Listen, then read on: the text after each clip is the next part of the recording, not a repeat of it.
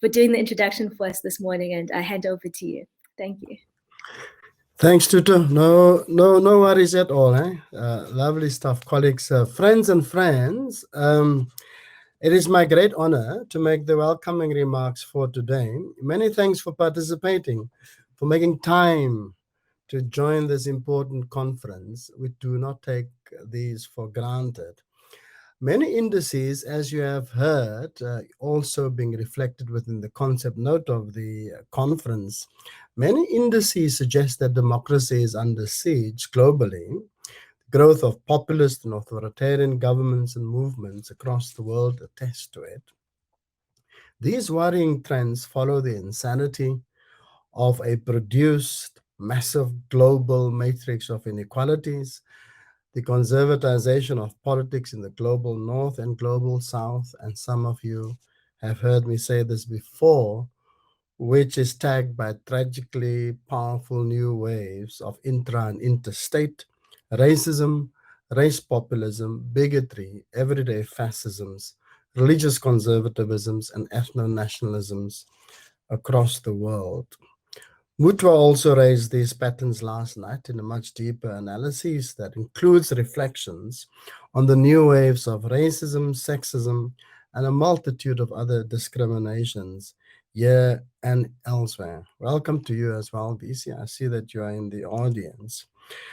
So against this backdrop, this conference is taking place, also marking the 10-year anniversary of the founding of Nelson Mandela University Center for the Advancement of Non-Racialism and Democracy. Congratulations to Alan and his team and their partners and collaborators across the globe, in South Africa and on our continent for this particular milestone. Indeed, great work has been done this past decade, and more will be said about this on Friday. Mutwa's great opening address and the brilliant contribution from Mandani and the interlocutors last night have opened up the different pathways of this conference over the next 3 days. These pathways are captured in the spectacular programming we are now entering into, guided by the conference themes. Looking at the themes and abstracts, the conference is exploring 4 concerns, 4 deep worries in my reading. First, the conference is exploring the democratic illusion or the limits of democracy, the acceptance of democratic mechanisms as the only legitimate means of change, as Zizek has argued, whilst actually it is not the case, or it should not be, as these number of social movements and activist groupings are demonstrating.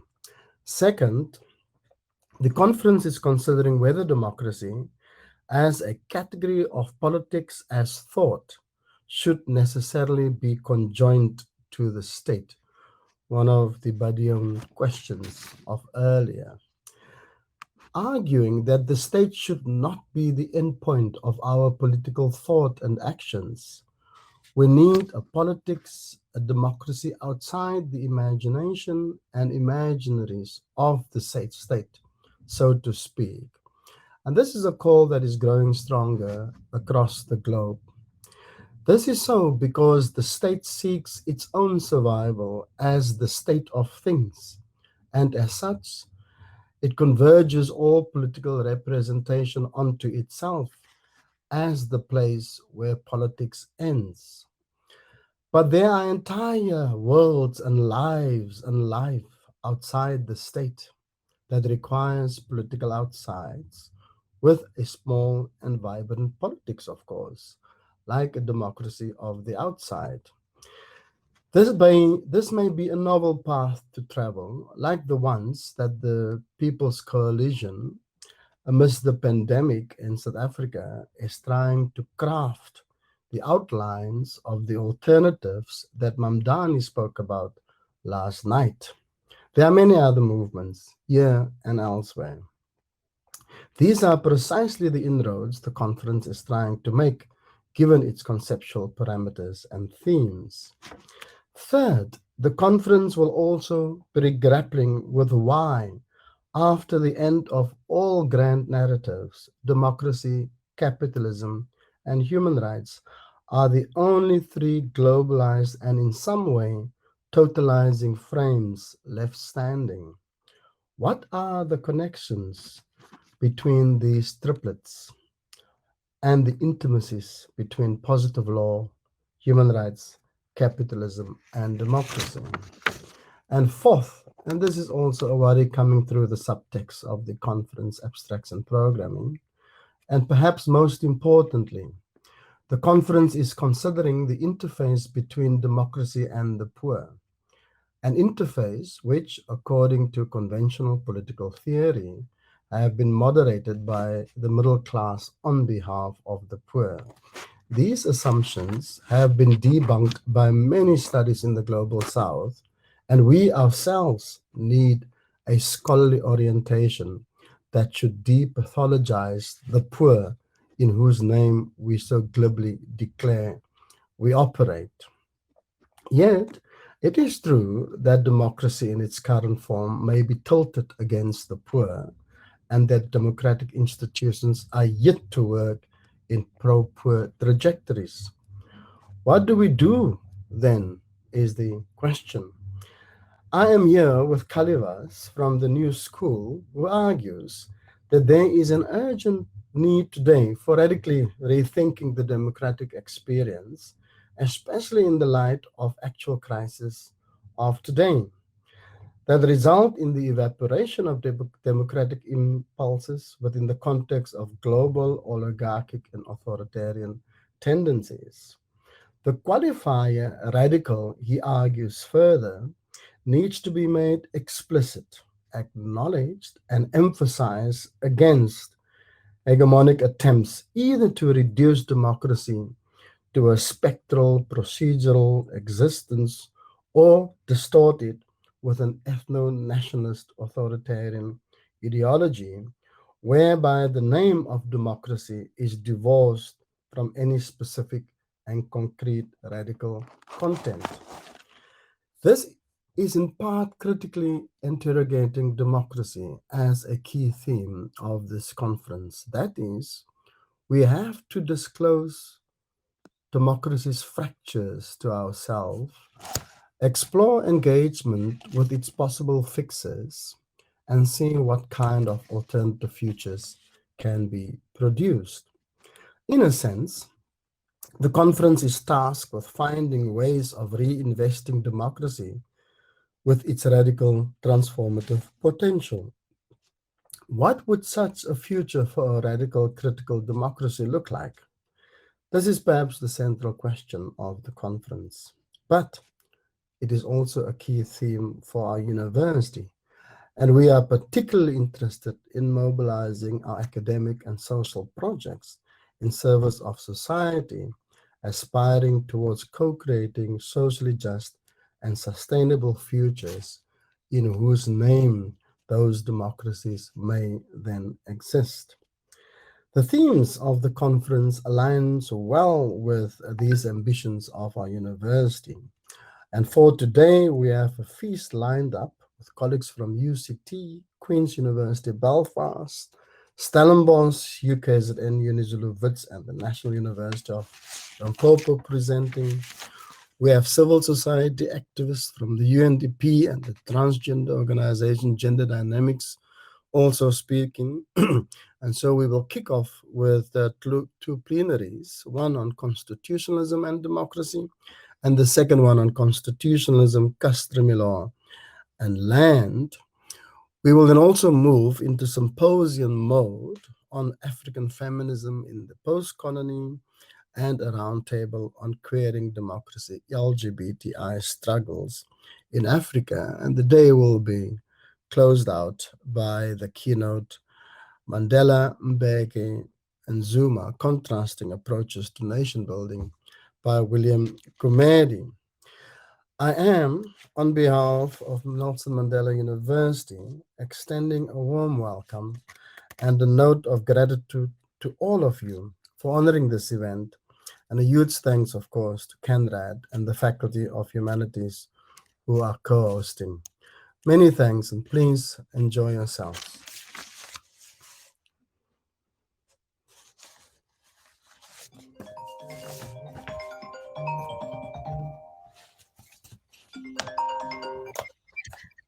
Thank you so much, Professor Keet, for that thought-provoking introduction, thinking fixtures and fissures, fixtures of democracy and how to think about them over the course of this conference.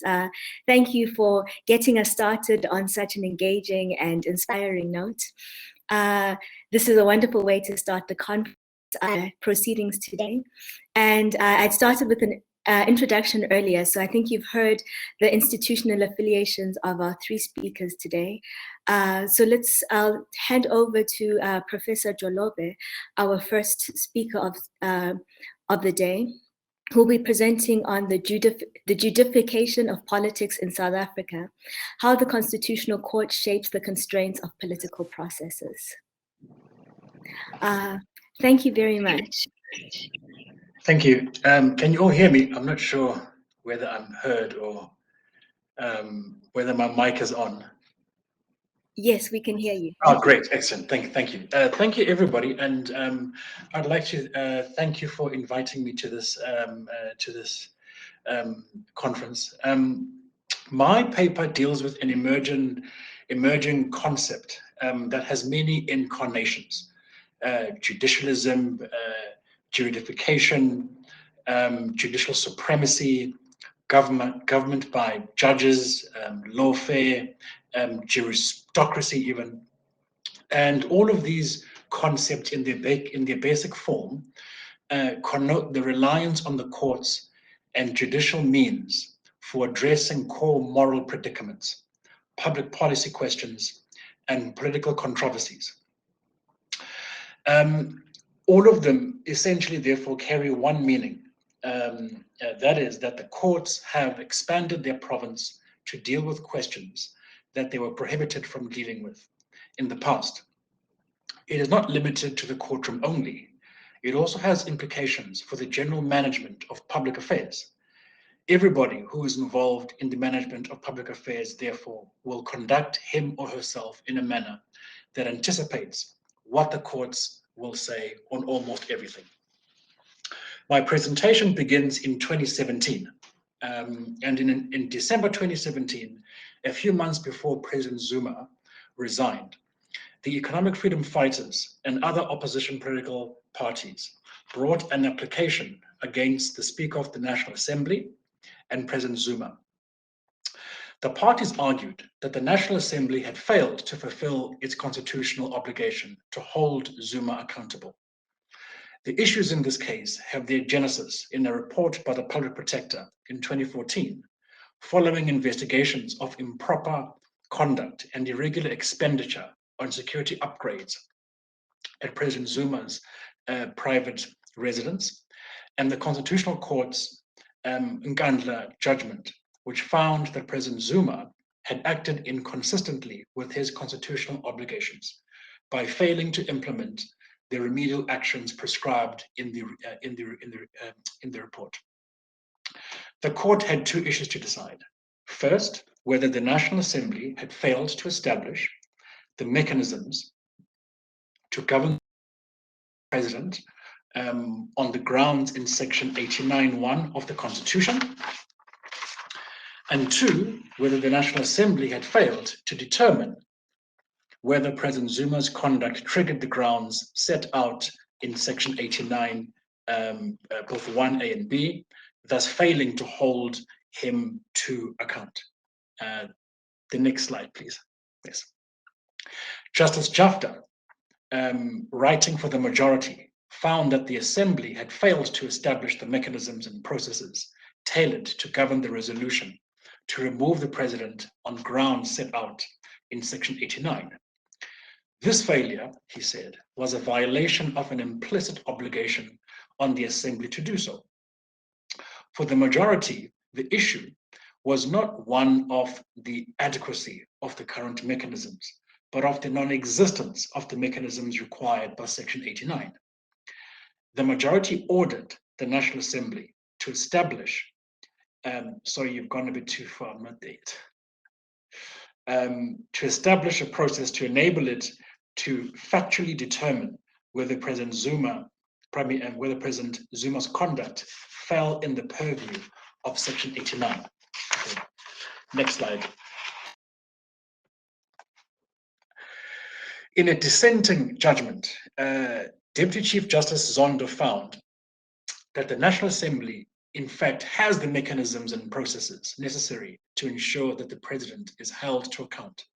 He found that the National Assembly could evoke these processes, but it was not for the court to prompt them to do so. Next slide, please. The Chief Justice, concurring with the minority, found that the majority judgment had disregarded the National Assembly's autonomy to determine its own mechanisms and processes. For him, the majority judgment violated this separation of powers doctrine. He, in fact, called it a textbook case of judicial overreach. Now, there was high drama in the courtroom. Right? There were tensions between the judges that were visible in court as Hueng, in fact, interrupted Justice Jafta as he was reading out the judgment and insisted his own words, disregarding with the majority judgment, be read into the record. However, as surprising as the Chief Justice's interruption, his reference to judicial overreach was not novel. Next slide, please. The years leading up to this case are littered with examples of politicians, members of the public, criticizing the South African judiciary for allegedly overstepping the bounds of its constitutional mandate. The Constitutional Court has been the main accused in these criticisms. The Constitutional Court today decides about twice as many cases each year as it did in its first decade. The nature of these cases has also changed from rights-based challenges to old order legislation that dominated the court's first decade, to the detailed fact-driven inquiries into the lawfulness of the executive and the administrative action that occupy it today. The expansion of the Constitutional Court's jurisdiction in 2012 to include non-constitutional matters, in addition to the development of the principle of legality as a broad ground for the review of exercises of executive power, has had far-reaching political implications. The court has a wider mandate than was originally envisaged, with the court becoming the apex court on all matters, to the extent that there is virtually no question under the new dispensation that the courts may not adjudicate. The result is that the involvement of the court and the judiciary in the nation's political contestations has increased and become more pronounced, with these contestations gathering greater momentum and urgency, heightening inter and intra-branch tensions between constitutional structures. In recent times, the pinnacle point was the Constitutional Court's case emanating from the Zondo Commission on state capture, where former President Zuma was found guilty of contempt of court and sentenced to 15 months term of imprisonment. The next slide, please. Now, despite the increasing significance of the courts in South Africa, the academic discourse remains surprisingly sketchy. However, two scholarly contributions are relevant and are representative of writings on the area. The next slide, please. The first is the work produced by Jean and John Komarov in the introduction to the edited volume on law and disorder in the post-colony. The next slide, please. Now, the Komarovs document the ways in which the advent of liberal constitutionalism in the post-colony drives law to the center of social and political life. Documenting the explosion of what they call law-oriented NGOs in the post-colonial world, they argue that NGOs of this sort are commonly regarded as the civilizing missions of the 21st century, and that they are asserting their presence over ever wider horizons, encouraging citizens to deal with their problems by legal means. This point is then used as the introduction to a comment on the rising rate of litigation in South Africa, and the fact that conflict among the ANC elect is increasingly being fought out in the courts rather than political means. The same is true of other forms of social conflict. They're right. Conflicts once joined in parliaments by means of street protests, mass demonstrations, and media campaigns, through labor strikes and boycotts, blockades, and other instruments of assertion, tend more and more, if not only or in just the same way everywhere, to find their way to the judiciary. Class struggles, they argue, seem to have metamorphosed into class actions. What the Comoros add intellectually is an observation about the moral desirability of this tendency in the post-colonial African state, and in South Africa in particular, by using the term lawfare to describe both the abuse of law by colonial regimes and the proliferation of litigation in post-apartheid South Africa. They suggest a relationship between these two phenomena. They note, however, that the way that liberal constitutions, especially those that provide for judicial review, tend to judicialize politics. The next slide, please. Now, Michel Leroux and Dennis Davis draw on the Comoros' work and acknowledge the conceptual ambiguity of the term lawfare. They argue that lawfare has a duality to it. That is, it is a double-edged sword. It can be both good and bad. They contend that it can be a good thing for adjudication to be political, in the sense that it advances the constitutional project and is undertaken by litigants and judges as an instrument to ensure that the constitutional vision is realized. However, judicialization is bad, they say, when courts become the site of pure political contestations, as it draws the judiciary further into the political arena than has traditionally been the case. More recent contributions agree with these conclusions and point out that the excessive power of the judiciary in South Africa has the potential to distort the desired balance between the three key branches of the government. Next slide, please. Now, these contributions, including the more recent ones, are obviously welcome and clearly contribute to the scholarly debate on the relationship between law and politics in South Africa. However, they do not leave us any wiser. While they are adept at describing the phenomenon, they come short of explaining why this is so in this country. They simply treat it as a byproduct of liberal constitutionalism. Next slide, please. In this final part of my presentation, I will briefly explore the political determinants of judicialization in South Africa. In so doing, I will turn to my discipline, political science, and use Rand Herschel's framework and identify the central institutional, behavioral, and political conditions that are conducive to judicialization. In so doing, I will argue that since the political context plays a significant role in fostering the role of the court in politics, criticisms of the Constitutional Court as being interventionist or as being activist are an overstatement and overtly simplistic.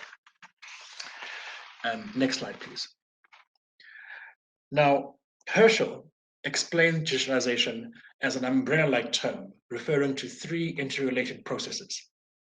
At the abstract level, it refers to the spread of legal discourse, of jargon, of rules and procedures into the political sphere and policy-making fora and processes. Secondly, expansion, it refers to the expansion of the province of the courts and judges in determining public policy outcomes through administrative review, the judicial redrawing of bureaucratic boundaries between state organs, and ordinary rights of impudence. And at the third level, it refers to the reliance on courts and judges for dealing with what we call mega politics, or core political controversies that define and often divide whole polities. Herschel is concerned with the conditions that determine the third type, that is Leroux and Davis's bad type. The next slide, please. He identifies three categories of factors that are conducive to the development of judicialization. That is institutional factors, judicial behavior, and political factors. Now, next slide, please.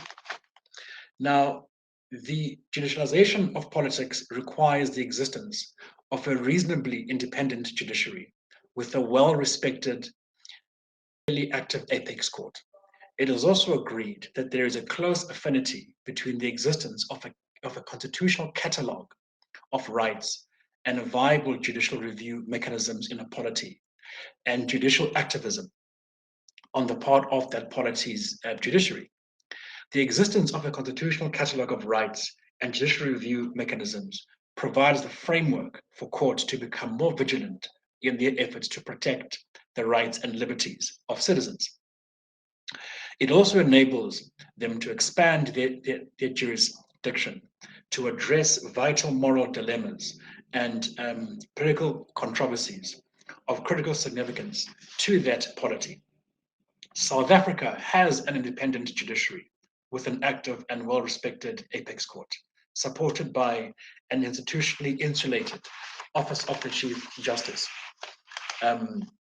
armed with judicial review mechanisms, an expansive constitutional jurisdiction to hear any case of general public importance, an indeterminate concept of separation of powers, and broad relief powers to make any order that is just and equitable.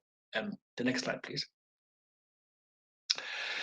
The rise of philosopher king courts cannot be attributed solely or even primarily to the existence of a constitutional framework conducive for judicialization.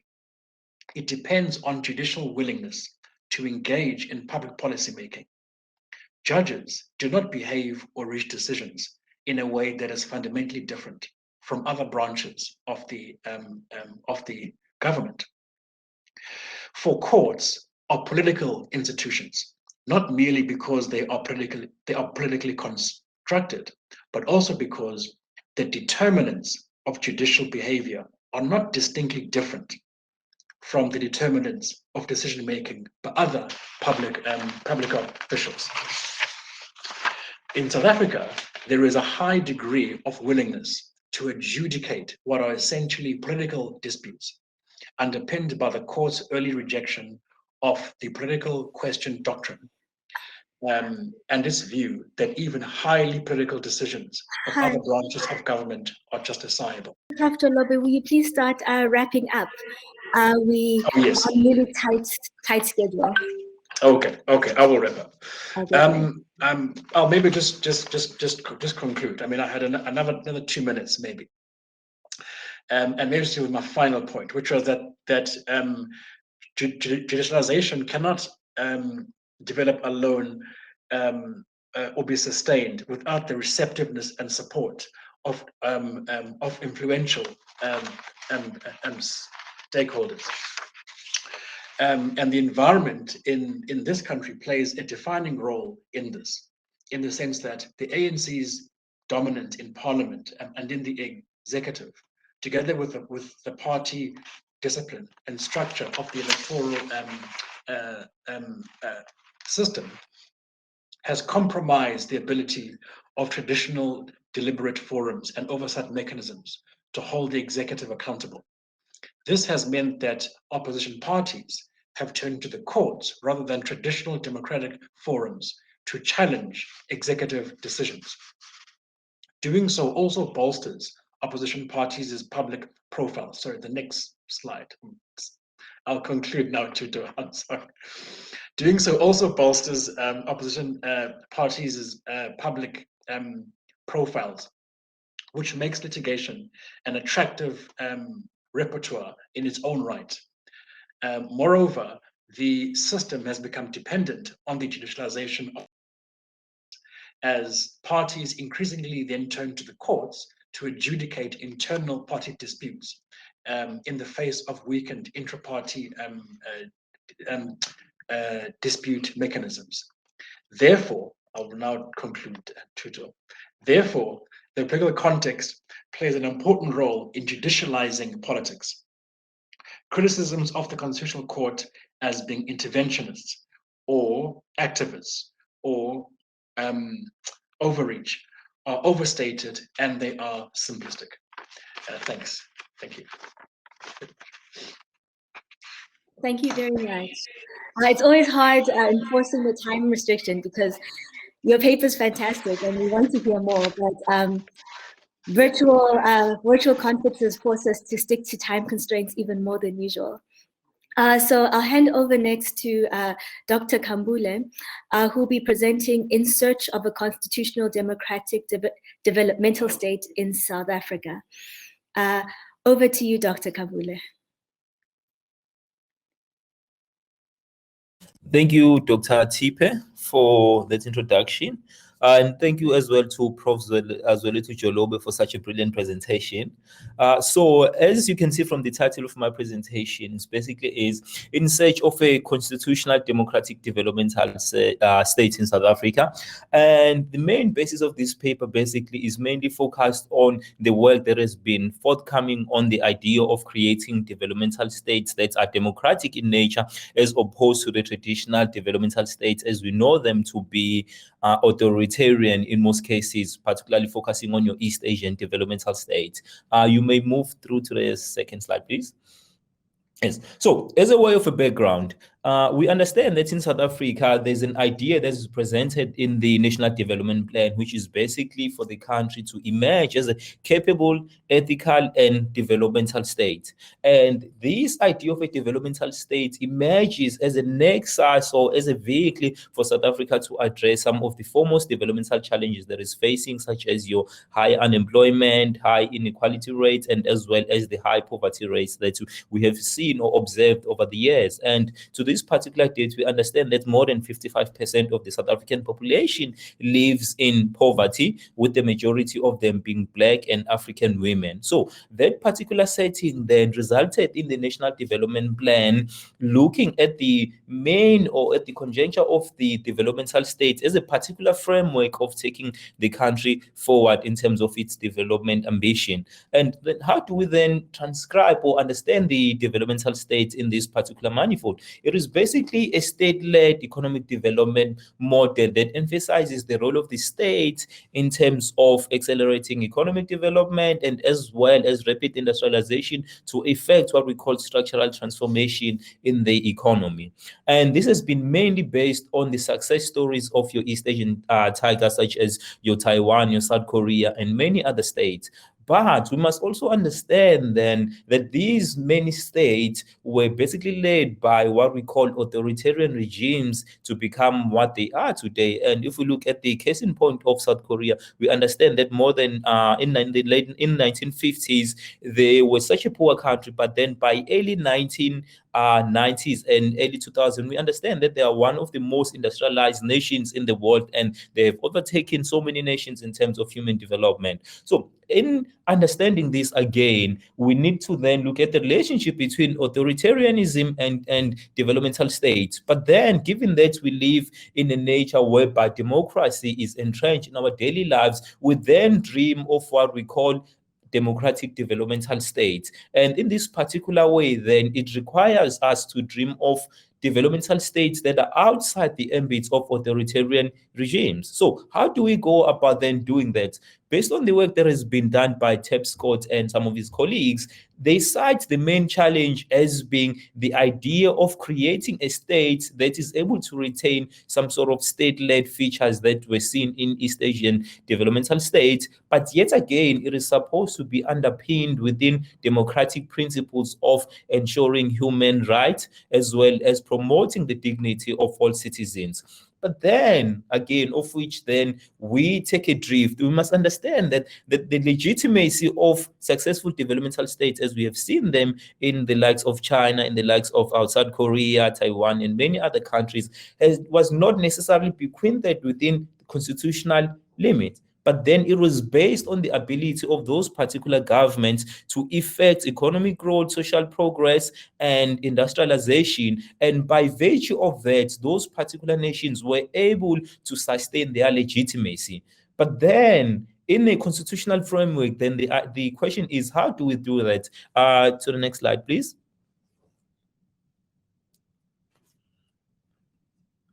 Thank you so much. So that is why we focus on this paper, which basically interrogates the idea of a constitutional democratic developmental state through the context of South Africa, because I tend to view South Africa as an emerging or as an example of what can become of a constitutional democratic developmental state. And the question is, why is that the case? Well, the case is mainly grounded in the Constitution, because our Constitution provides such a platform. And the question then again is, how does it provide such a platform? Well, it basically stipulates the direct involvement of the national government and as well as our subnational government in terms of improving socio-economic conditions for South Africans and as well as in the provision of services. And in understanding this, we need to understand it's based on two components of a developmental state, and those are your ideological component and as well as your structural component. So in this particular case, the ideological component is based on the idea that the state is supposed to be at the epicenter of social and economic development. And in doing so, again, we must understand these bases as emerging from the work that has been done on these developmental states, particularly in Asia. Of recently, there was work that was done by the likes of Thebon, and in terms of their result, they realized that in countries such as Taiwan in the late 1970s, there was a national consensus that in as much as there's no constitution that gives the states that power to undertake massive economic development projects, but based on the national consensus, the entire population realized that the state is supposed to be at the epicenter of economic development if they are to catch up with some of the most developed countries. And again, we must also understand it in terms of the structural component. So what does the structural component then do? Well, it basically gives the state the necessary power, authority, the political influence, and the resources and capacities to achieve transformative and distributive economic development. And this is where then our paper then is mainly linking it to the South African context. So how do we do that then?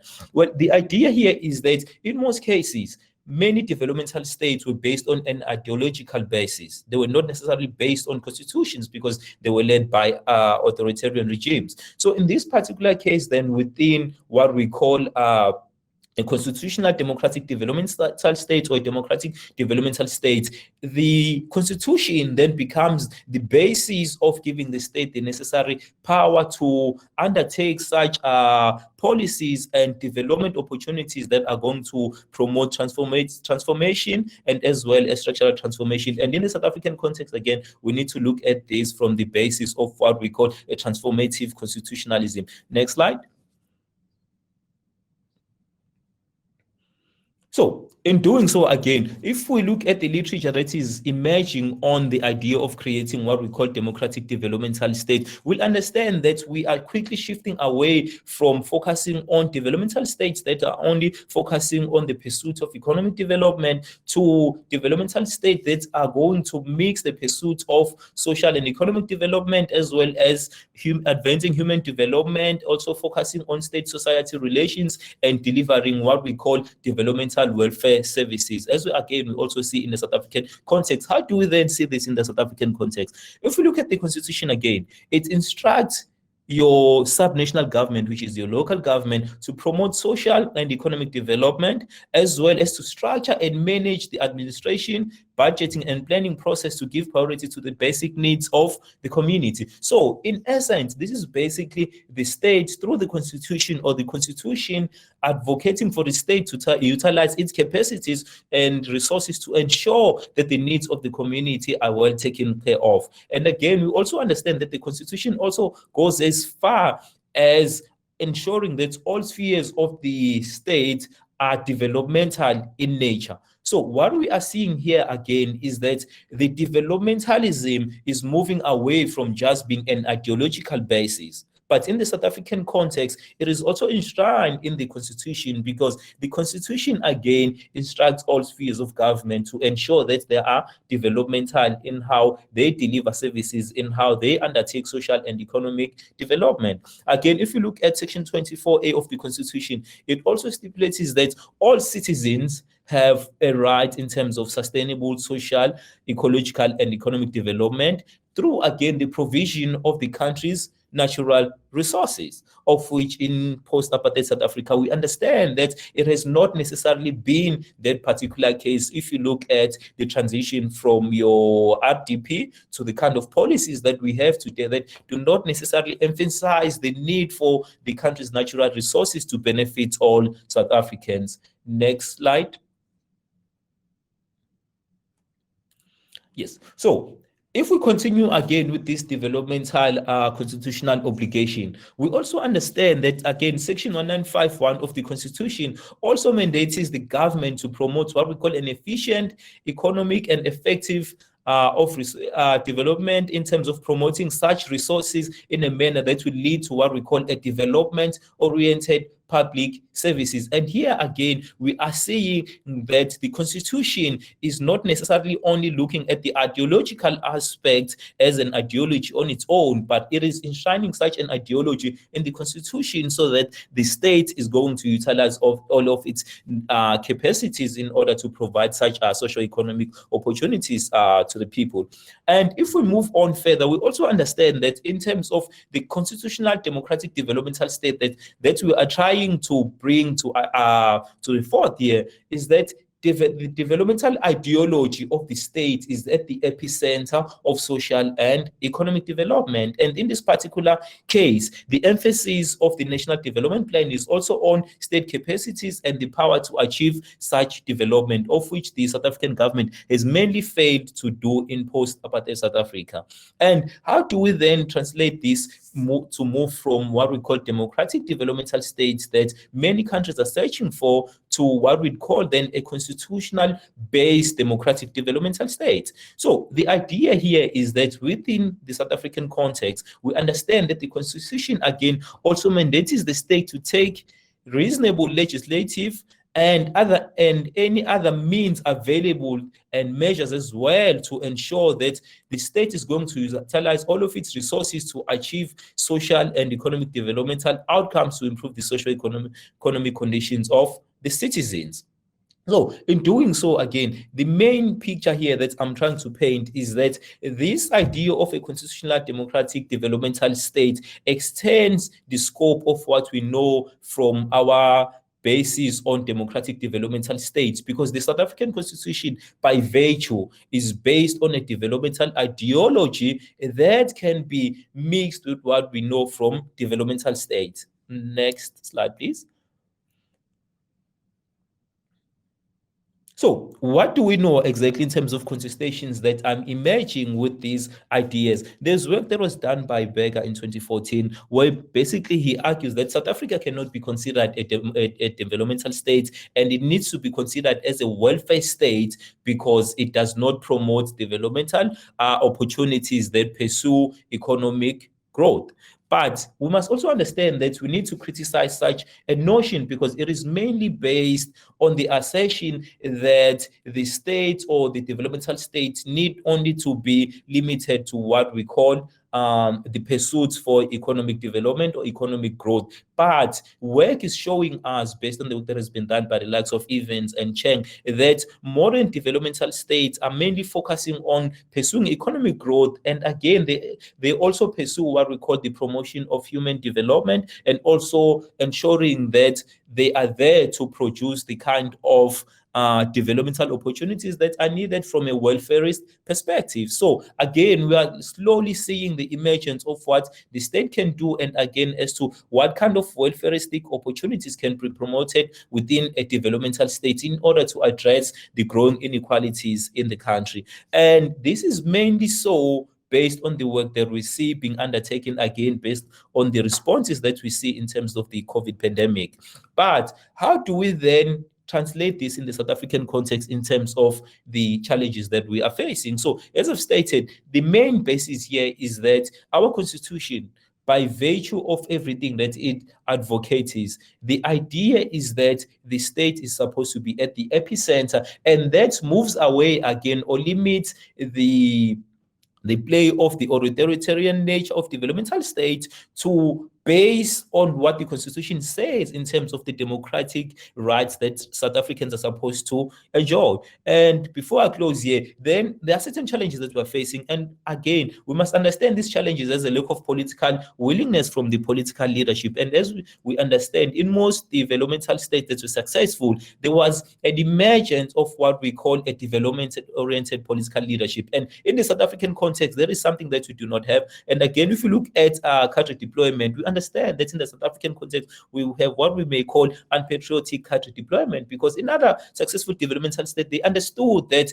national goals were at the heart of the pursuit of the states. But in the South African context, we often see that party goals often triumph over what national goals we are supposed to achieve. And again, we also see incapacities that we see within our local government spheres and the failure of the national leadership. And then the question again that we have to sum up at the end is that we are seeing a mismatch between the structural component of the state that is promoted by the Constitution with the ideological commitment that we see. So the main argument then becomes that in the South African context, we have a platform to create the very first or the basis of a constitutional democratic developmental state, but we may not necessarily do so, or we are failing to do so because of the lack of ideological commitment to attaining the structural component of the state or of the developmental state that is promoted in the Constitution.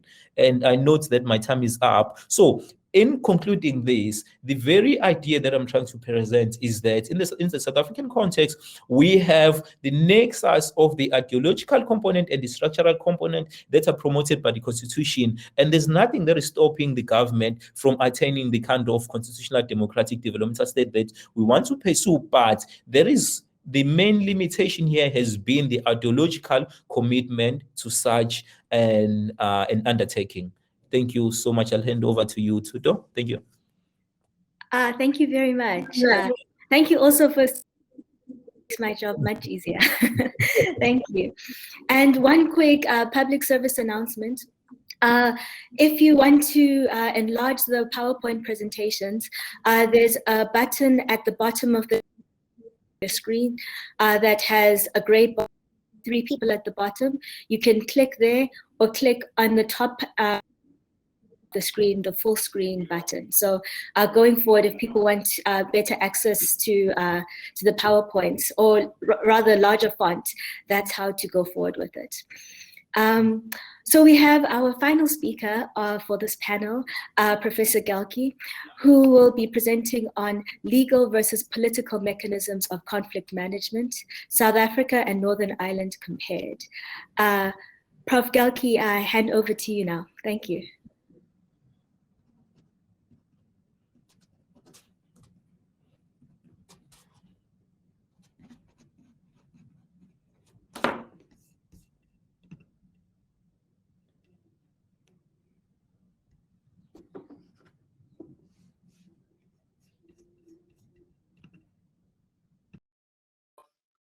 Is Prof Guelke in the audience?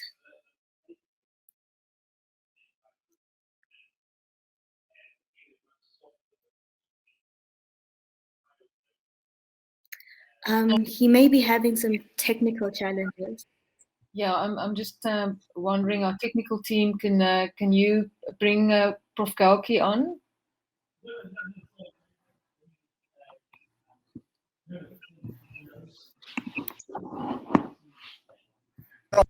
And do I need? And I've got.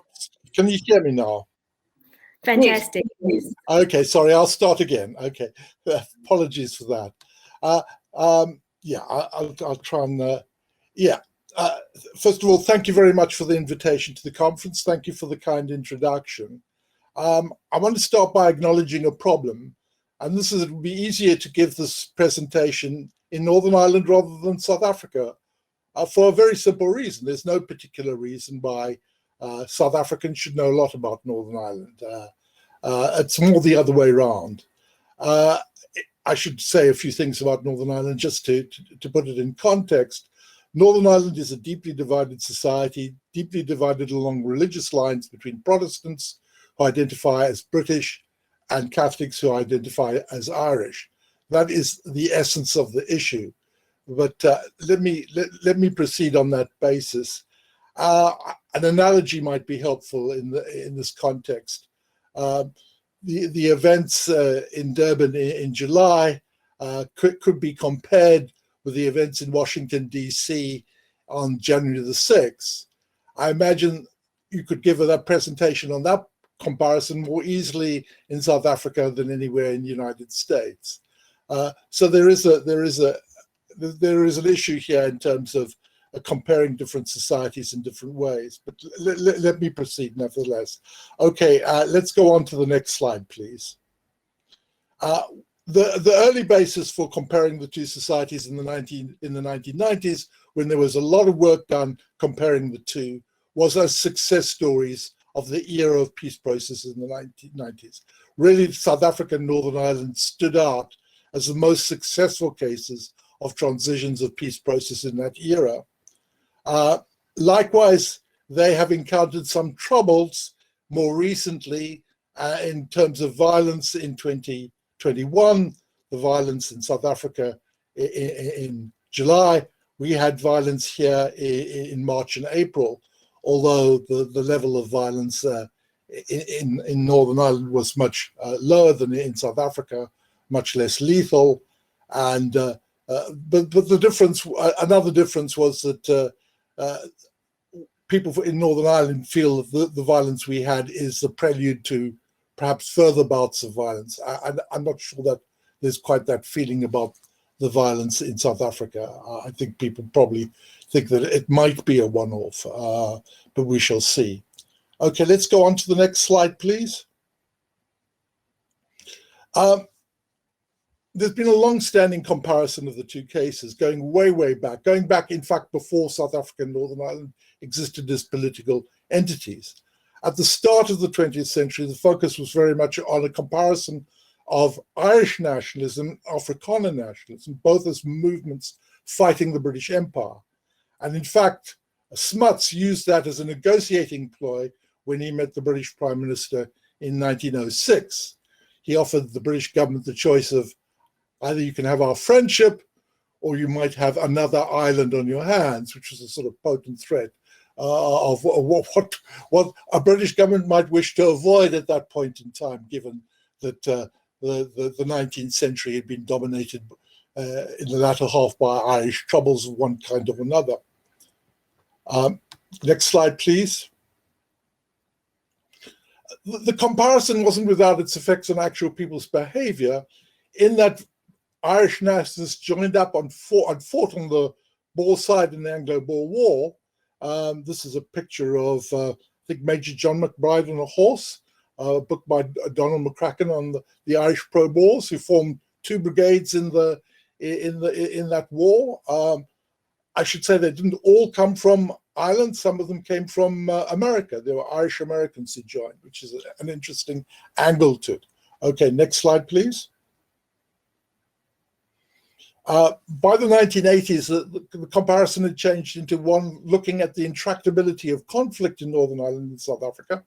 And in this context, a third case was often introduced as well, that of Israel-Palestine. And in fact, IDASA, the Institute for a Democratic Alternative in South Africa, produced a book based on a conference in 1989 called The Elusive Search for Peace, which compared the three cases of South Africa, Northern Ireland, and Israel-Palestine. The theme of the conference was that these societies' problems were deeply intractable and they were very unlikely to be solved soon.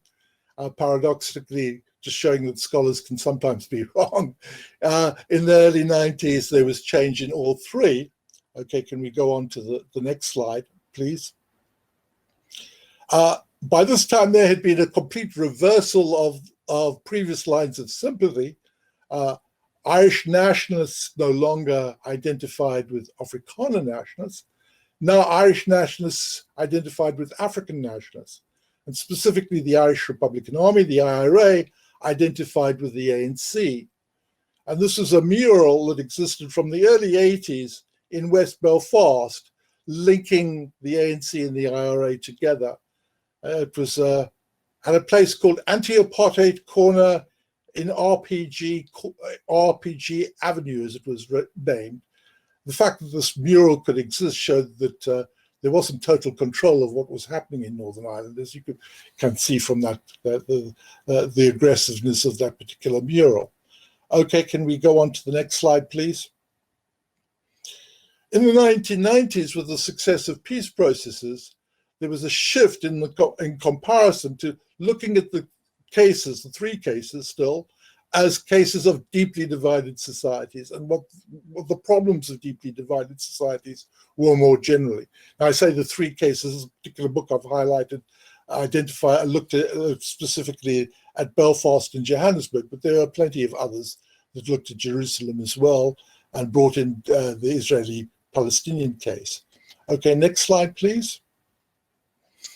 What was seen as relevant politically from a political science point of view, from a comparative politics, was that the embrace of power sharing in the two cases of South Africa and Northern Ireland. The theory of consociationism as developed by Arend Leipart. Arend Leipart was a massive proponent of the idea that power sharing was the way to go in deeply divided societies. In fact, Leipart went as far as to say that if you didn't have power sharing in a deeply divided society, you couldn't possibly have democracy at all. And that was the position he took up in relationship to both Northern Ireland and South Africa. Now, this had a considerable influence on national party thinking in the 1980s. And in 1985, there's a bizarre visit to Northern Ireland by the South African ambassador in London, Dennis Worrell, in which he surprised everybody by saying that Northern Ireland and South Africa were both cases in which majority rule could not work. Now, the people who were friendly towards Dennis Worrell were the Unionists who believed in majority rule in Northern Ireland. So that didn't go down too well. The parties that believed in power sharing weren't prepared to meet him because they were opponents of apartheid. So there were all kinds of oddities. A further oddity was that Dennis Worrell expressed his regret at not being able to meet the representatives of Sinn Féin, the political wing of the IRA, which was a strange thing for a South African ambassador to be saying in the mid-80s, as far as people in Northern Ireland were concerned. Anyway, you can imagine the complexities that gave rise to, and it showed that there was a different comparison being made of the two cases in South Africa to the one being made in Northern Ireland. But let me go on to the next slide, please. Really, I think what confused people and meant that the comparison of South Africa and Northern Ireland really continued beyond when it had passed its sell-by date was the two-stage nature of the South African transition. You had the temporary constitution, the interim constitution of December 1993, which provided briefly for a government of national unity.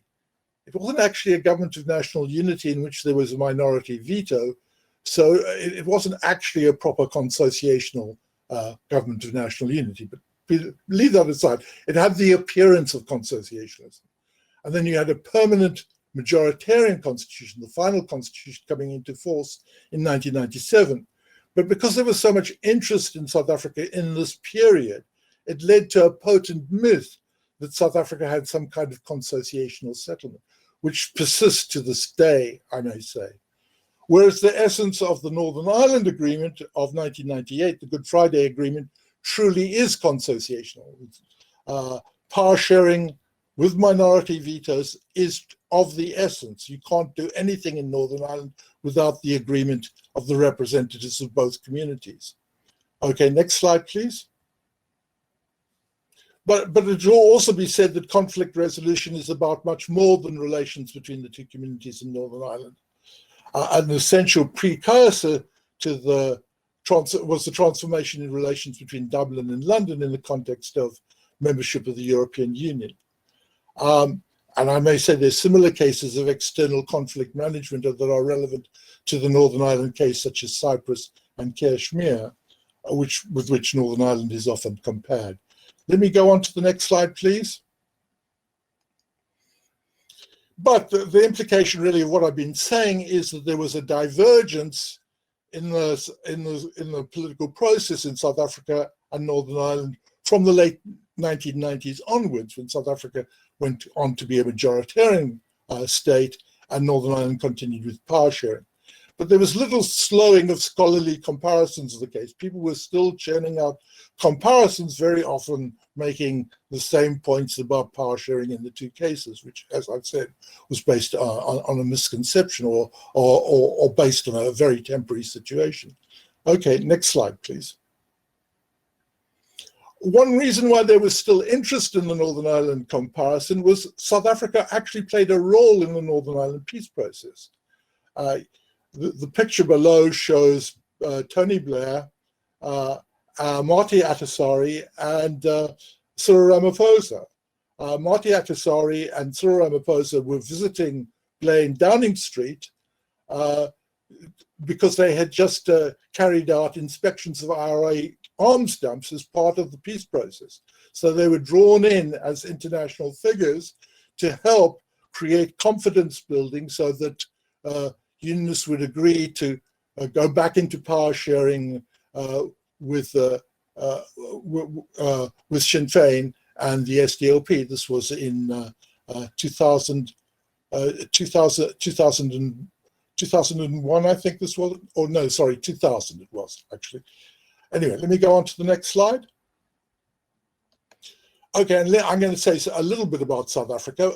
Most of what I'm going to be saying is fairly redundant for people listening today. You'll be very familiar with this history. Let me just go through it very quickly.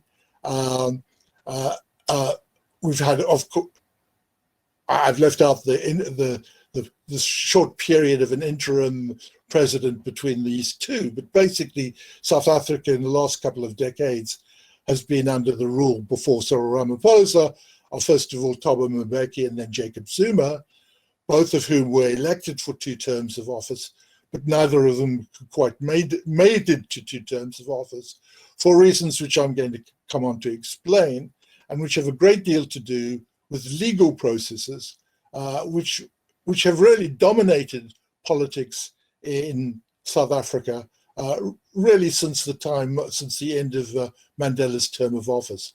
Okay, next slide, please.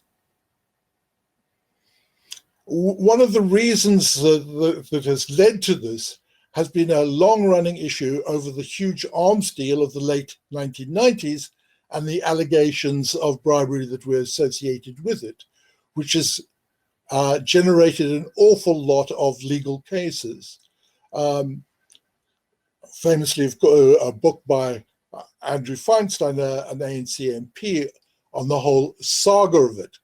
One of the difficulties that arose from it was that there were suspicions, at any rate, that some money that went into the ANC's campaign for 1999 elections came from the arms deal or through the arms deal in some way or another, and that has hugely made more difficult grappling with this issue in terms of dealing with individuals who also took a cut or were alleged to have taken a cut.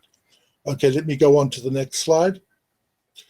So really the story of South Africa in the 21st century has been of court cases, many of them to do with the arms deal, but other matters as well. There was a case involving the AIDS and the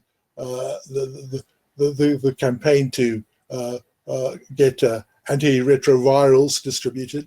And there have been a few other cases as well that have been important politically. And indeed, some of these cases have been referred to in the first paper this morning, which really covered in much greater depth some of the issues I'm touching on. A second issue, of course, has been the role of the Office of Public Protector, which has varied considerably according to the particular personality who's held the position.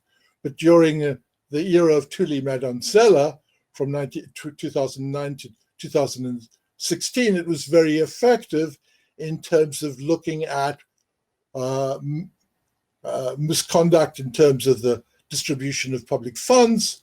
And she produced two very famous reports on this. One of the things that Mandela did was to produce reports which had very catchy titles, if I can put it that way.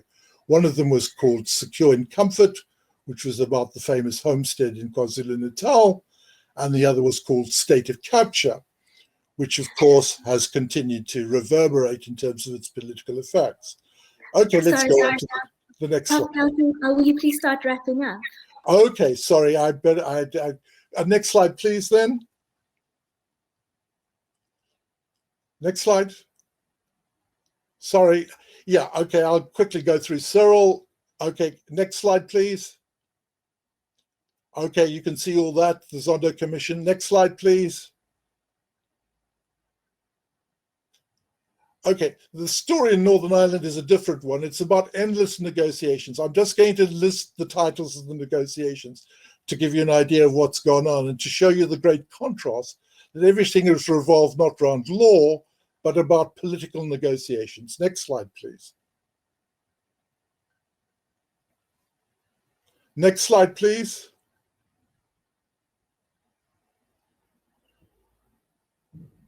Next slide.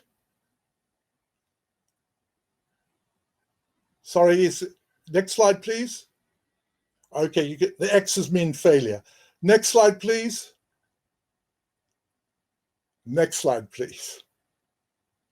Okay, that gives you an idea of a whole set of negotiations, masses of negotiations, political negotiations, some successful, some failure, but it shows that the process was dominated by political negotiations. Legal cases hardly played a part. Okay, final slide, please. Next slide. Brexit issue, as they're referred to as another difference between the two cases. The threats to Northern Ireland's stability have come externally in recent times, rather than the internal threats that South Africa has generally had to face. Okay, since you've asked me to wrap up, I think I probably should stop there, but I hope I've made my point that of the way in which South Africa and Northern Ireland have diverged, one having a very much legal focused transition after the period of government of national unity, the other endless negotiations prompted by its consociational nature, which produces a lot of deadlock and a lot of difficulty and necessitates political interventions as opposed to legal interventions. Okay, I will wrap up at this point. Okay, thank you. Is that okay? That's fantastic. Thank you. Thank you to our three speakers for presentations that speak so productively with each other. We've seen from different angles, looking at the development of democracy in South Africa, quite the longue durée with Professor Guelke, looking at the influence of the Apex Court with Professor Jolobe, and looking at the idea of the developmental state and political interventions in this state with Dr. Khambule. So now I'm going to turn to the Q&A chat that we right-hand panel. If you have questions, please put them in the Q&A chat boxes here. And if you see a question that you like, there are arrows. There's an up arrow that will push that to the top of the line answered faster. So if you see also want answered, please click on the arrow. And if you have your own question that isn't already addressed here, box. So our first question is, where does one draw the line in politicizing the judiciary versus judification of politics? My belief is the Zuma camp, for example, is doing the constantly making a circus of both the judiciary and commission. So I think this is this question I think is focused particularly two presentations. Can you, to the panelists, can you see the questions in the Q&A? Yes, I can see them. Yes, yeah. Okay, I think maybe the first one is addressed. Do I just chip in? Okay. To draw a distinction between politicizing the judiciary and the concept, which I admit is a bit of an ambiguous one, judicialization, lawfare, justification, etc. And I think that when we say that something is politicized, I think that usually we refer to the fact that a judge or there is undue or unwanted influence that shapes the way a judge makes a decision, right? Meaning, I am able to bend the judge for argument's sake. So, say for instance, the judge is going to adjudicate on a very sensitive commercial matter that involves digging diamonds, etc. And then I will pay the judge some money, or I will somehow shape the way that the judge makes their call. That's different, I think, from what we call juridification. So when we say that a judge is an actor in their own right, we don't necessarily refer to the former, but we say that actually the decisions that the court are very serious at times, political implications, and that they go even beyond that. And so, for example, it could be that I am a gender activist, right? And the only way, and I've got two options in order to change laws that would reflect how they should be in the right. So say we're looking at same-sex marriages. Now, if we operate within the current environment in this country, chances are, if you roll your dice by trying to influence or trying to shape laws through parliament, chances are you have a less likely chance of success than simply approaching the court and ask the court to compel parliament to do what you would have done in, say, a different polity. And so the first thing is that we have to make a distinction, I think, between the two. In regard to the second part of your question, which is that your belief is that the Zuma camp was doing the former, I wouldn't say that. And even though I know that there's a lot of people who make that claim in the media, etc., at the moment you have legal constitutionalism, right, combined with judicial review and combined with the amendment of the South African Constitution in 2012 that increased the jurisdiction of the court to the point whereby now can be heard before the court. It is inevitable that politics will find it. That's just the way it's going to work.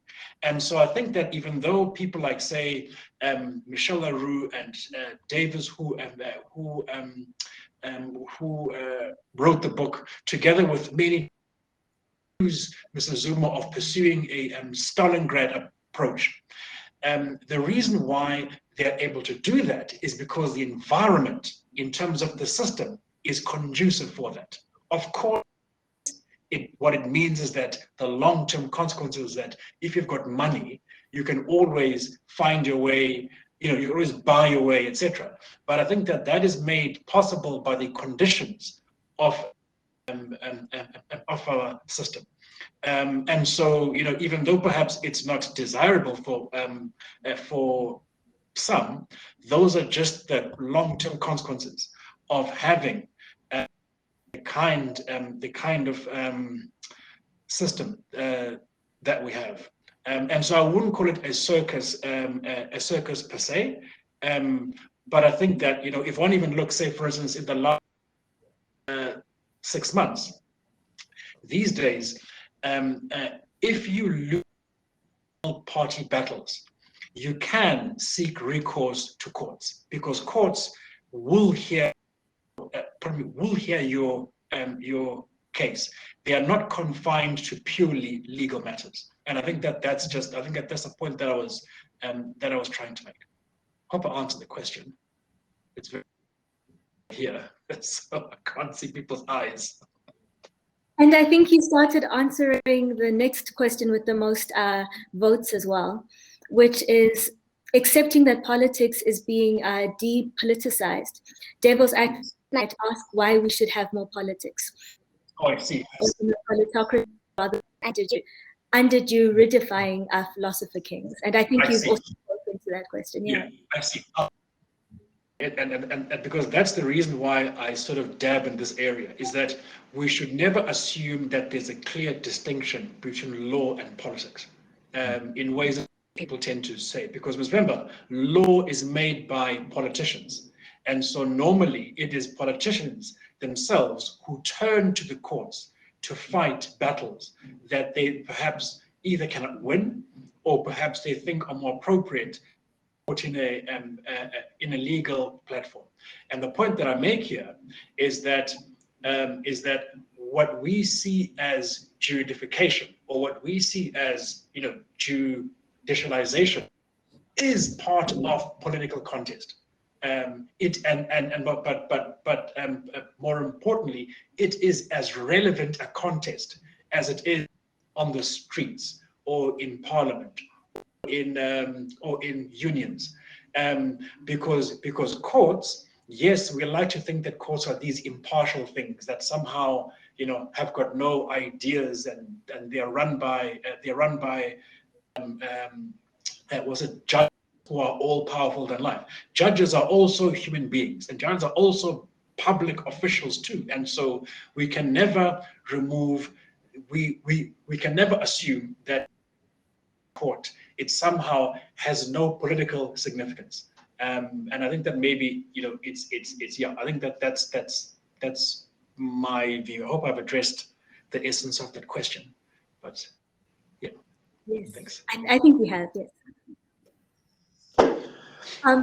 The floor is open to anyone to come in. No need for raising hands. Can I come in on just? I noticed there was a question about the Human Rights Commission in Northern Ireland, and I can say something about human rights in Northern Ireland in the agreement, and also I want to say something about judges, because there's a different tradition in terms of judges in the UK than there is, I think, in South Africa now, and there's a different expectation of judges in the UK. Judges in the UK tend to be executive-minded. They find reasons to agree with the government. They will bend over backwards. They're independent, but they will bend over backwards to find reasons to agree to. So in the Northern Ireland case, in the legislation, it was some clear deadlines were written in that the First Minister and Deputy First Minister had to be elected within a 6-week period. When that didn't happen, the courts kind of found a reason to say, oh, well, you tried to do it, it's okay, we don't really mind. When people objected to the fact that the 6-week week had been breached. I mean, the government could have changed the legislation after all. It was what people would have said about that the court should have stuck to the rigidity of the timetable.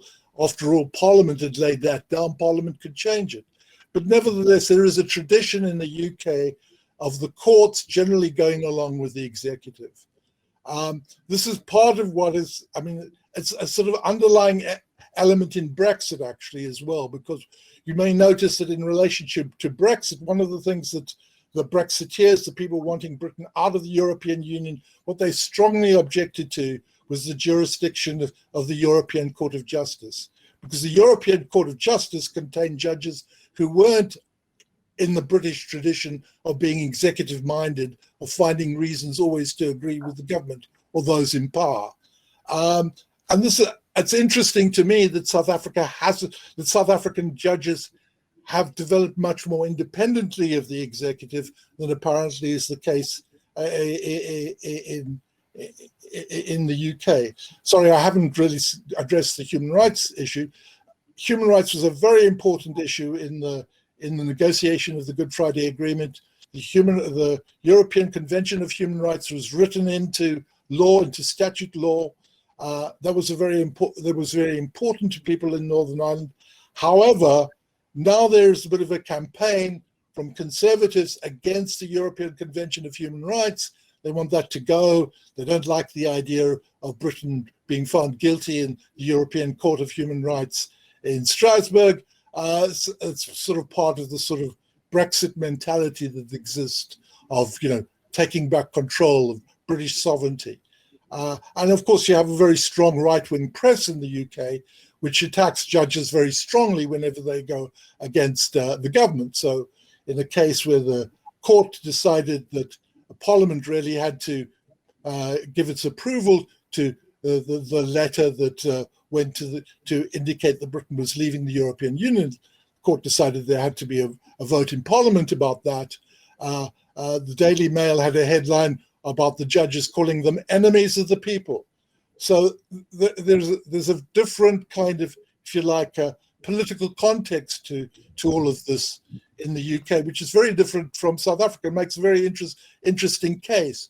I don't see the same hostility towards the judges in South Africa, and much greater willingness to support what the Constitutional Court does on the whole. Although, one could see a situation arising where Constitutional Court made decisions that were very unpopular and there became a campaign against them, in the way that there is a sort of campaigns against judges in the UK. Thank you. Yeah, I think I'm going to add to what Professor Jolobe was saying in terms of politicizing the judiciary versus judicialization of politics.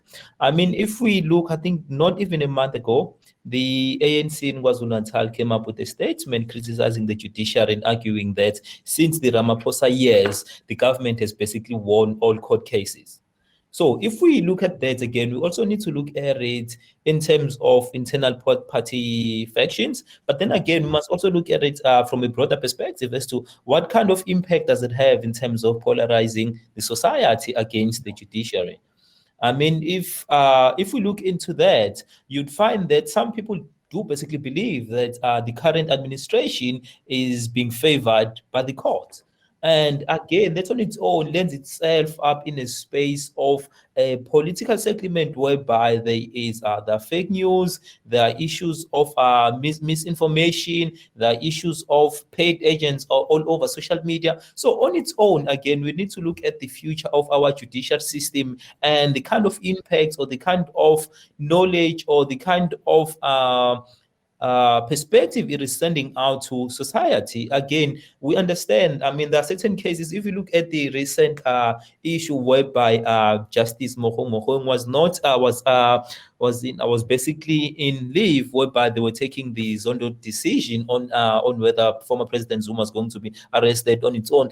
To majority of the population, they see that individual in court taking a particular stance and saying, I'm not going to be a part of this unconstitutional process that is going to find a particular individual guilty of something that is not supposed to be found guilty of. So in this particular instance, again, we really need to ask questions as to what is the future of our judicial system?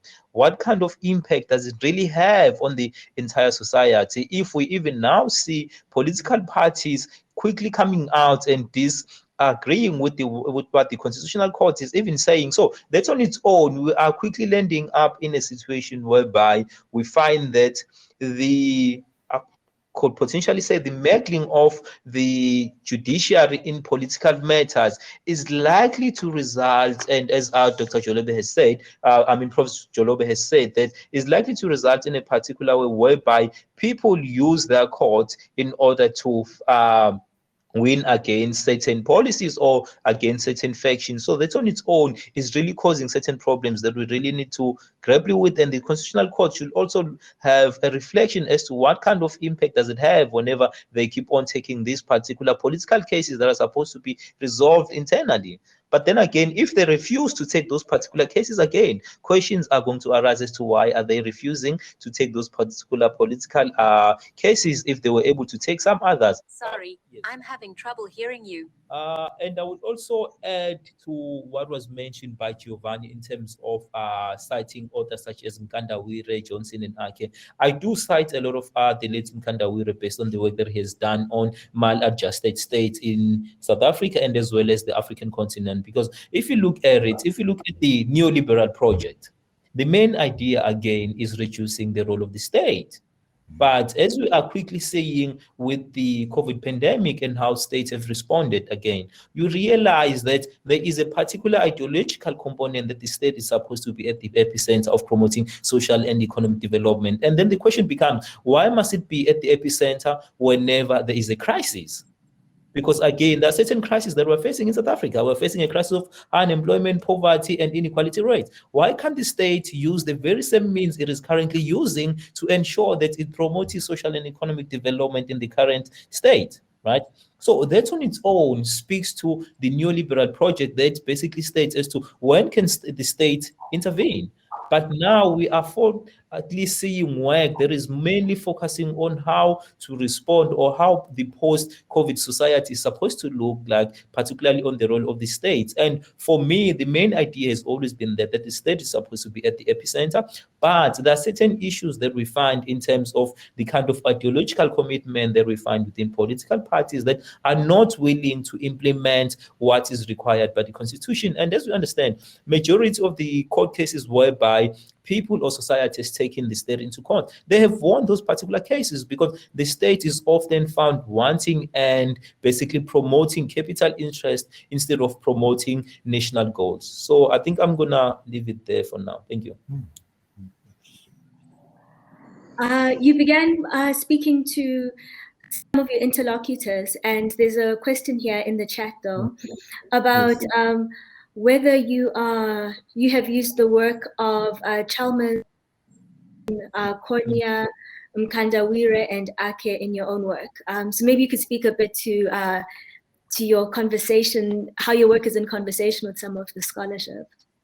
Oh, definitely. Thank you so much for that. Yes, it is definitely in conversation with some of those foremost theories. I mean, if we look at the developmental state theory, we cannot look at it without particularly focusing on the work that was done by Johnson, because it's basically the father of how we know these developmental states. But in as much as that is the case, we have seen that the likes of Evans, the likes of Cheng have been forthcoming in terms of then trying to basically show that the developmental state concept should not be necessarily static, but it's supposed to move along with time. I mean, I can also base it on the work that I've been doing on how the developmental states concept can also be utilized in the form of a local developmental state, whereby we understand that governments have necessarily decentralized over the years. And if you look at the South African context, you understand that we have what we call a developmental local government paper, which was basically the white paper on developmental local government in 1998. It basically speaks about the need of creating a local developmental state. And there is something that is often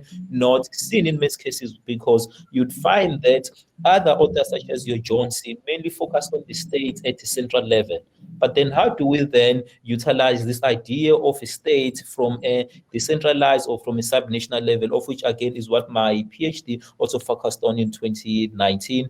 And again, the main idea then is that we need to move on with times, and we must also understand that the state can also be decentralized, as we saw with our provincial and local governments. And in as much as it is decentralized, it also plays a central role at the local government level through your local governments, through your local economic development agencies, of which are state-led. But then there are certain issues that are emerging again in terms of South Africa being unable to replicate the kind of social and economic progress that was experienced by the likes of South Korea, by the likes of Japan and others. And these are mainly related to issues such as your political leadership. They're also related in terms of the performance of the government, as to what kind of performance is the government showing. And again, you also realize that issues such as your development-oriented political leadership, and as I've mentioned when I was tying the presentation to the idea of the structural and the ideological component in South Africa, based on the structure and what the Constitution entails,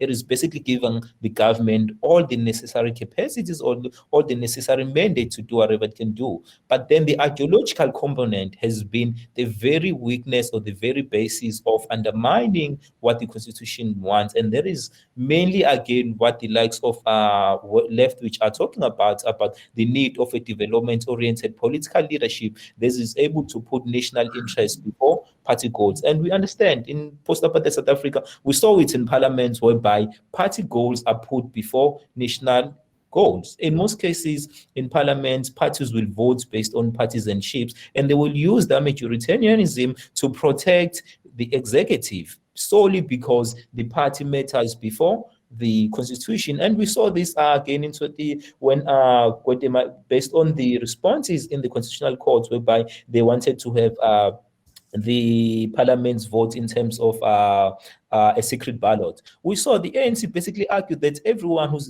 deployed in parliament puts the interest of the ANC before the interest of the nation as a whole. And that basically must make us ask certain questions in terms of the ideological commitment that is there. Do we have an ideological commitment that is promoting party interest, or do we have an ideological component that is promoting national interest? So thank you for now. Thank you. We have another question here that speaks a lot to what you've just spoken to now, but it's broadening the question a bit. It seems that the Constitution is failing developmentalism in South Africa since it has enshrined the autonomy of the Reserve Bank. How can the state be capable and sit in the driver's seat of the economy and society if it cannot subdue the Reserve Bank to its national development agenda? Yes, thank you for that topical question. So I think this goes back to some of these particular issues. If we look at the mandate of the Reserve Bank, and it is particularly one thing that has been quite topical, there is literature based on the work that has been done by foremost leading economists such as Mazakuti, particularly focusing on the role of the reserve banks. If you look at what the Reserve Bank has done in the UK in terms of the current pandemic compared to what our Reserve Bank is doing, so you realize that most economists who are called them as progressive, who are not necessarily so much on the neoliberal side, have been criticizing the role that has been played by the Reserve Bank. And again, if we look at the constitutionality of it, again, it goes back to the issue of ideological commitment. I mean, if you look at the ANC, they did take the resolution that they're going to nationalize the Reserve Bank. And that was back in 2017. And today is 2021, and nothing has been done about it. There hasn't been a debate in parliament about it, and basically nothing has been done, right? But if you look at the land issue, it has been stalling as well because it is an issue of ideological commitment. I mean, if you look at a country such as South Korea, in the early 1950s, they were able to have what we can call a transformative land redistributive process. And South Africa has not necessarily been able to do exactly that. And this, again, that is why I'm always going to tie it to the issue of ideological commitment, because the Constitution is there. The Constitution can always be amended based on what national interests are going to be pursued. But then again, we must also safeguard against certain things, because there are questions that we often ask in terms of the current political leadership. And most questions are related to whether we have a political leadership that is capable of ensuring that in as much as the Reserve Bank tomorrow is no longer is given the autonomy or is wholly owned by the state, as to what are those political leaders or those political principles are going to do with the Reserve Bank. I mean, we saw again issues such as the independence of the Reserve Bank coming up in Zambia when the former president decided to fire the head of the Reserve Bank. And that on its own, again, also says quite a lot about the autonomy of the Reserve Bank. And this is something that we can also extend to issues such as your state-owned enterprises, as to what has transpired with all our state-owned enterprises in post-apartheid South Africa. We know very well that the apartheid government utilized those very same vehicles to advance the certain goals of a certain population. But then why haven't we necessarily done the same in post-apartheid South Africa? Because it is evidently clear that all state-owned enterprises have been utilized for party goals and not necessarily national goals. And again, it goes back to the one thing that I've often mentioned, that the Constitution is giving us what we call a transformative agenda. It is everything is there. But then the ideological commitment to this particular agenda, again, is the one thing that is in question. And again, whether the Constitution is failing the developmentalism nature, I would not necessarily say that it is the Constitution. It is those who are entrusted with implementing with what the Constitution says, because the Constitution is quite clear on what needs to be done. So thank you for now. We're counting down to our last 5 minutes of the session. So I'll combine two questions that I think speak to all three of your presentations. The first is directed at Adrian, but I think combined with the second question works for everyone. Adrian, you drew an interesting contrast between political agreement and legal court order accountability after transition. What explains the difference? Dominant party democracy. And the next one is what is at stake on the South African government's inflated bureaucracy and the rate of socioeconomic development in the country? Okay, that's quite a tricky question that you've asked me. Yeah, the political culture is different in the two societies, plainly. And you've had different types of constitution, but I mean, what it fundamentally comes down to is that racial groups, you could not enshrine political rights for racial groups. I mean, we're talking a center for non-racialism. You wouldn't have a center for non-ethnicism or non-nationalism. So it's much more acceptable to enshrine rights for people with different national identities than it is to enshrine any political rights along racial lines. I mean, if there had been persistence in South Africa with some form of consociationism, the neo-apartheid narrative would be very, very powerful, that this was simply a perpetuation of apartheid in a new form. And of course, we had an attempt at some form of consociationism under the tricameral parliament in South Africa. So that's the legitimacy of not enshrining rights along racial lines is of the essence of why South Africa went on had a very different process to Northern Ireland. I hope that answers that question. I also noticed I got a question quickly, if I can say something about whether a united Ireland is coming about as a result of Brexit. Quite possibly, but I think Scotland will leave the UK before that happens. But it is certainly true that nationalists who have been content to be in the United Kingdom, there was very little support amongst Catholics and nationalists for a united Ireland in the near term, but Brexit has changed everything. There's more of the Catholic population, who is still a minority, support the idea of a united Ireland. Everybody's a minority now. Protestants also a minority, and the balance of power is held by people who are neither. So it'll be interesting to see what happens, but certainly the possibility of a united Ireland is there because of Brexit.